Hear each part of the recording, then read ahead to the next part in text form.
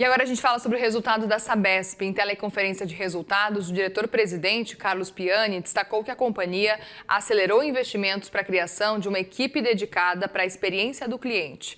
Para isso, foram adicionados 200 funcionários próprios e terceirizados. E o executivo também disse que a área de satisfação do cliente ainda é um dos principais pontos de atenção da Sabesp depois da privatização. Por outro lado, ele também disse que houve um progresso na universalização, na resiliência e na qualidade dos sistemas de água e esgoto. Piani também destacou que há uma aceleração aí dos investimentos por parte da companhia não pode acontecer às custas da segurança. E outro ponto do executivo foi em relação à tarifa social, que, segundo ele, quase dobrou o número de clientes nessa modalidade e atingiu 2 milhões. Empresa que, lembrando, reportou um lucro líquido ajustado de 1 bilhão e 150 milhões de reais no segundo trimestre. É uma queda de 41,2% em relação ao mesmo período de 2025.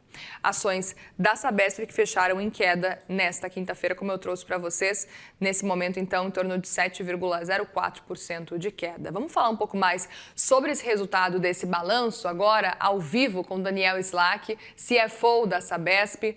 Daniel, bem-vindo aqui no Money, obrigada por conversar com a gente no fechamento. Uma boa tarde, quase boa noite já para você. Boa noite a todos aí, espectadores e espectadoras. Obrigado a você, Muriel, e pela equipe aí da CNN Money pelo convite. Prazer estar com Imagina, vocês. a gente que agradece pela presença. E olhando aqui o balanço, Daniel, a gente vê que o lucro caiu 41%. A receita acabou subindo aí 6,7%. O quanto que, na sua avaliação, essa queda é temporária ou ela vai se mostrando um pouco mais estrutural?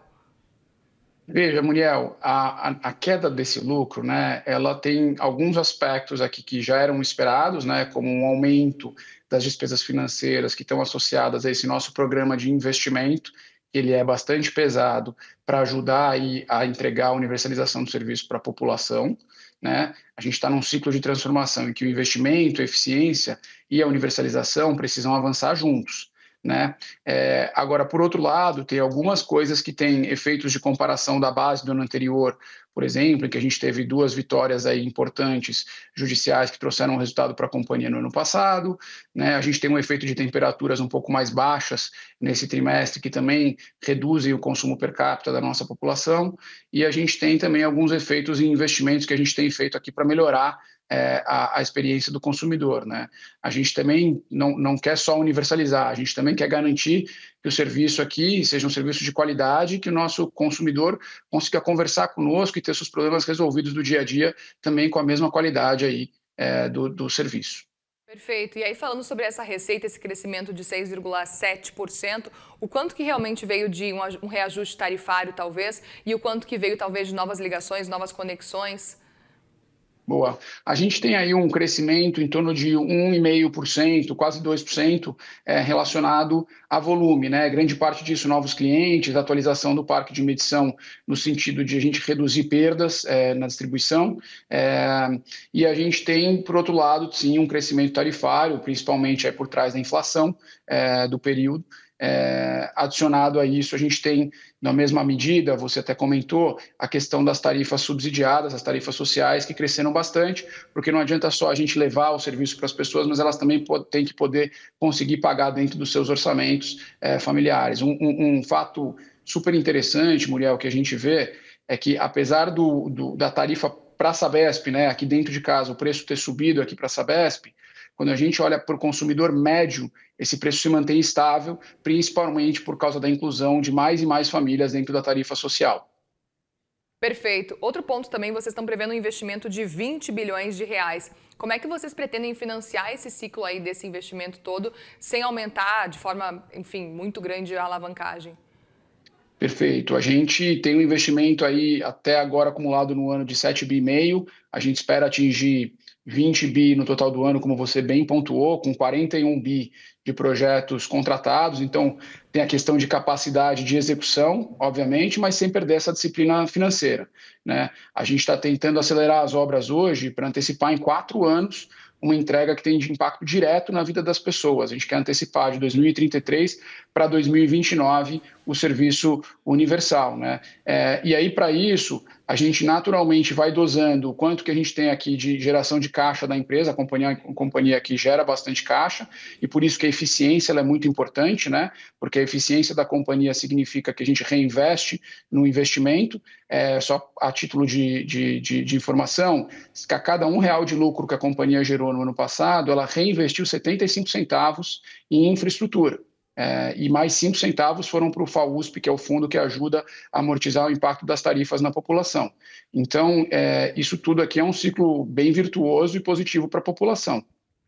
Outro ponto também, Daniel, para a gente conversar por aqui, até para entender um pouco sobre os próximos passos e como é que vocês enxergam esse cenário, vocês têm também o objetivo de tentar antecipar a universalização para 2029. Como é que está esse processo diante aí dos resultados que vocês viram desse segundo trimestre?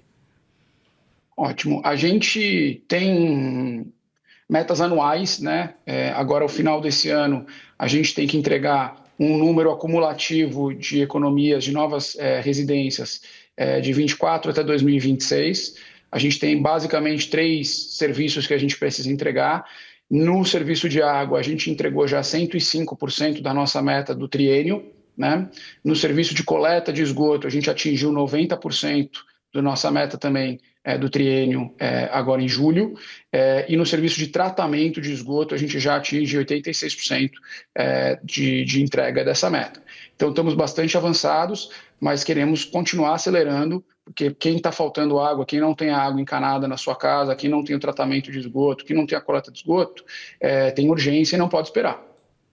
E em que momento vocês esperam, talvez, que os investimentos que vocês estão anunciando possam começar a aparecer, talvez no EBITDA, talvez no lucro, para quem está de olho aí nesses balanços divulgados? Olha, o nosso contrato, ele tem revisões ou incorporações anuais dos investimentos na base de ativos da companhia, que, por sua vez, se transformam em remuneração para a companhia. Esse é o contrato que a companhia tem. E por que ele é desenhado dessa forma? Justamente para poder possibilitar com que a companhia consiga acelerar o investimento, de modo que você não tenha um descasamento tão grande na alavancagem da companhia, como você bem pontuou. É um contrato bastante ponderado nesse sentido e bastante cuidadoso em garantir essa capacidade de investimento da companhia. E quando que o acionista pode, talvez, capturar também esses investimentos que vocês estão anunciando? Olha, anualmente a gente vai ter ajustes nesse sentido, né? A gente tem uma política de dividendos hoje que é clara e pré-estabelecida. A gente distribui 25% do lucro, né? Nos últimos 2 anos a gente distribui 25% do nosso lucro como dividendos e o restante a gente reinveste na infraestrutura. Esse potencial de distribuição de dividendos ele vai crescendo à medida que a gente consegue entregar a infraestrutura para a população. Se a gente não entrega a infraestrutura para a população, a gente não pode crescer a distribuição dos dividendos pelo contrato de concessão que nós temos. Perfeito. E olhando para esse segundo semestre, levando em consideração o cenário de juros também, como é que vocês estão enxergando aí os próximos desafios para os próximos meses? Veja, naturalmente o cenário de juros mais alto para uma empresa que investe, hoje a gente está entre a terceira e quarta maior empresa de investimentos do país, né? Em termos de volume de investimentos, a gente tem cerca aí de 55 mil pessoas trabalhando diretamente nos nossos investimentos, é bastante gente, esse número deve crescer até o final do ano que vem, quase dobrar, que é quando a gente atinge o nosso pico aí de obras. Então, naturalmente, o custo do dinheiro é um dos nossos principais insumos aqui para a gente conseguir fazer isso. A gente adoraria estar num cenário de juros mais baixos, mas não cabe a nós aqui também decidir isso. Mas certamente seria benéfico para a companhia. Perfeito. E olhando ainda especificamente para esse resultado e vendo o balanço de vocês, quanto dessa queda do lucro pode ser explicada, por exemplo, por um aumento de despesas financeiras, de investimentos e o quanto que vocês estão avaliando especificamente que pode ser de custos realmente? Veja, quando a gente olha da nossa queda, eu te diria de lucro, eu te diria que mais da metade vem aí das despesas financeiras, talvez até um pouco mais, uns 60% das despesas financeiras, ano contra ano, que são produto da companhia ter uma dívida líquida maior, que é um fruto de ter mais investimentos acontecendo hoje na companhia num cenário de tempo mais apertado. O restante, que são os resultados operacionais da companhia, naturalmente a acredita que isso não é algo que é recorrente, que a gente consegue ir ajustando à medida que a gente entrega um serviço melhor para a população e vai escalando o nosso negócio. Vocês enxergam que ainda existe talvez um espaço para novos reajustes tarifários?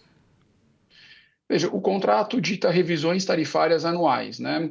Então, para a Sabesp, o que significa isso? É a incorporação dos ativos que a gente investe anualmente na nossa base, né? Mas, de outra forma, a gente também tem um fundo, que é o FAUSP, que é um fundo de apoio à universalização do saneamento, que faz com que esse impacto pela população seja amortecido.